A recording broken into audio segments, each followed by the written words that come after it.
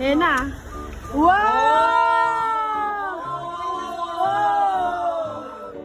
Bango!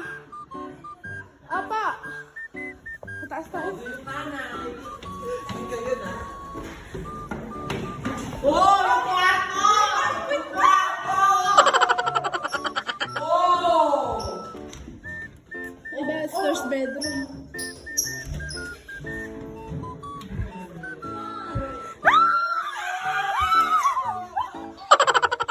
Konnichiwa, A Day in My Life, pasamatabang vlogger. Ito na nga yung day 1, part 2 ng vlog namin dito sa Baguio. At hanggang sa room nga, kami pa nga rin ng mga pinsan at pamangkin ko yung magkakasama sa kwarto. Lumabas nga ako dito para nga puntahan yung kabilang unit nga. Shoutout nga kay tatay na busy sa ginagawa niya. Dalawang unit nga rin kasi yung kinuha namin ni tita. Ito nga yung pangalawang unit. Ito yung second floor niya. Sa second floor nga lahat ng mga kwarto. At sobrang ganda nga na tong staycation na to dito sa Baguio. Sa mga gusto nga mag-stay dito sa tinuluyan namin, ito nga yung Facebook account nila. Mag-message nga lang kayo dyan sa Facebook account nila kung gusto nyo nga mag-stay dito sa Baguio. Sa bawat unit nga, meron nga silang isang master's bedroom. At dito nga sa master's bedroom na to, dito nga yung buong pamilya ni Tatay Pinong at ni Nanay Almi. Bumaba nga ako dito sa pangalawang unit at ito nga yung sala nila. Kompleto na nga lahat ng gamit dito. Para naman sa may mga alaga dyan na hindi maiwan. Pet lover nga rin sila dito. Share ko nga lang din sa inyo na ito nga yung CR nila. Ang ganda nga naman talaga na nakuha naming tutuluyan dito sa Baguio. Uy! Nay, maganda ba? Oo, maganda nga.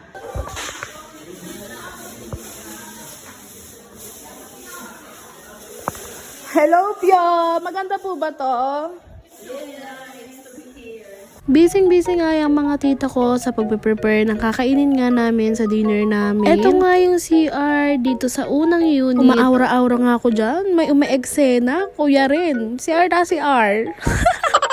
Dito nga kami ng mga pamangkin ko at mga pinsan ko dito nga sa unang unit. Sa sobrang dami nga kasi namin dalawang unit nga yung kinuha namin ni tita. Ito nga unang unit ay good for 22 packs na Good for 22 packs na may master's bedroom at may dalawang CR. Sa pangalawang unit naman ay good for 18 packs. Nandun nga yung mga mamit daddy, tito, tita namin sa pangalawang unit. Meron na nga din siyang master's bedroom. Dalawang CR, isa sa baba at isa nga sa taas.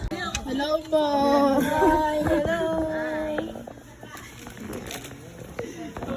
Wow! Please! Ano? Liento! Pork chop.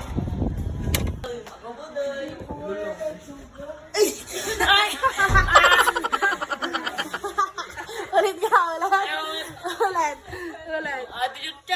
Busy nga sa Ate Jane, si Nanay Fe at Tita Lai sa pagputuhog nga ng kakainin namin sa dinner. Dito nga naman ay si Tito Rola nagpapabaga na nga siya para nga makapag-ihaw na nga rin. Sa mga naghahanap nga sa nanay ko kung ano yung ginagawa niya ngayon. Are at eto, nagpapahinga. Sobrang matatakotin nga niyan at sobrang mahihiluhin nga. Sobrang nervyosa niya nga, takot na takot nga siya sa mga dinadaanan namin dito sa Baguio. Ba, minsan mas magaling pa sa driver yan. Kulang na nga lang, bigay mo sa kanya yung manubela. Charis lang, baka pag napanood nyo to, papapagalitan naman ako. Hi! Maganda ba dito? Ha? Sumagot ka para makita ka sa vlog. Ha? Nakahanda na nga rin yung mga lulutuin nila dyan at ang sarap nga rin yan ng RRC. Akala mo naman talaga kumakain ako ng ganyan. Pero natry ko nga rin yan tikman. Ang sarap nga rin yan. Yung may kasamang kamatis na sausawan. Hindi ko alam yung tawag doon. Share ko nga rin din pala sa inyo na meron nga sila ditong pool. Kaya hindi ka talaga maiinip. At pag akyat ko nga dito sa taas, nag-iihaw na nga dyan si B at si Kuya Joshua. Pati na nga rin si Tito Rola. Kami nga dito sa baba ako sa Ate Janeline, si Jaya, si Ninyo. Nag-share nga kami ng tig 50 pesos para mag-scatter. Umaasang mananalo. Umaasang baka swertuhin ngayon. Aba, ayos. Naubos. Kaya sabi ko sa inyo, huwag na kayo mag-i-scatter.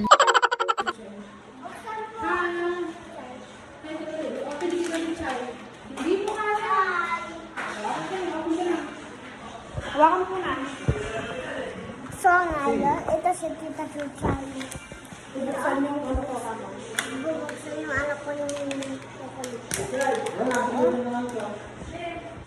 Ano sabihin niyo dito, Chuchay? I love you.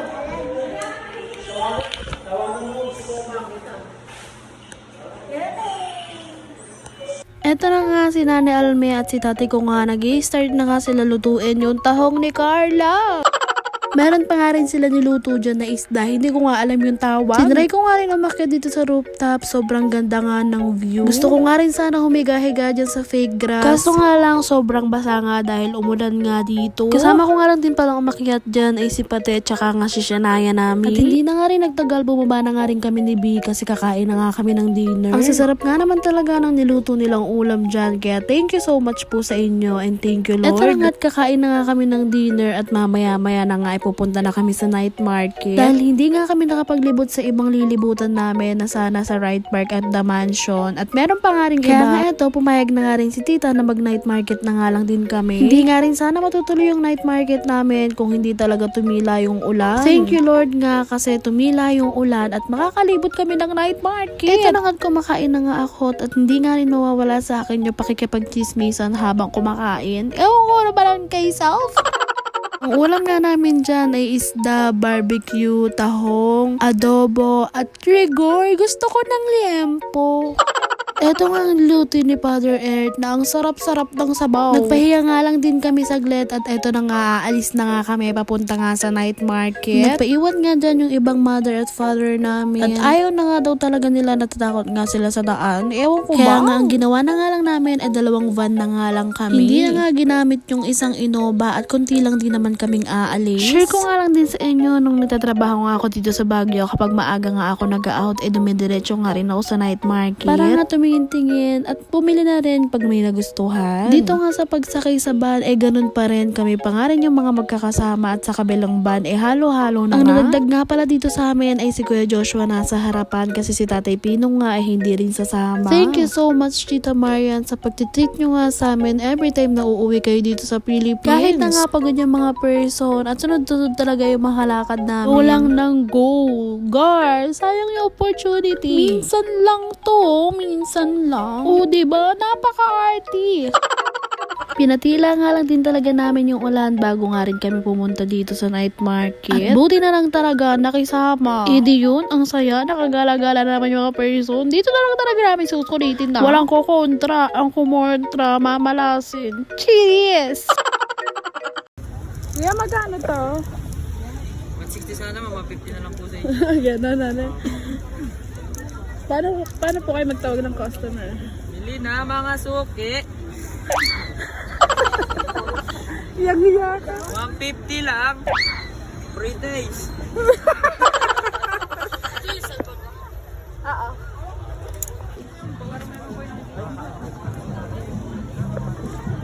Dahil kakatapos nga lang din namin kumain ni B, wala nga talaga kaming maisip na bibilin namin na pagkain. Ang tagal nga din namin nag-iikot dyan. Sinabi ko na nga lang din kay B na bumili na nga lang kami at sa bahay na lang kakainin pag uwi. Ito nga yung binili ko at gusto ko nga matikman yung creamy binatog nila dito. Si B nga ay bumibili ng kanyang shawarma. Hindi kasi talaga ako mahilig sa shawarma. Si B nga ang mahilig doon. Si Pati din, lalo na si Pati, sobrang hilig sa shawarma na yun. Pagkatapos ko nga bumili ng creamy binatog sa kanila, gusto ko nga rin tikman yung mga palamig nila dito. Ang binili ko nga dito ay buko pandan na sobrang creamy din at sobrang sarap nga ni. Pinatikim ko nga rin kay B yung palamig na yan at nagustuhan niya nga rin at nasarapan niya nga rin. Hanggang dito na nga lang po muna at abangan nyo na nga lang din yung date namin dito sa Baguio.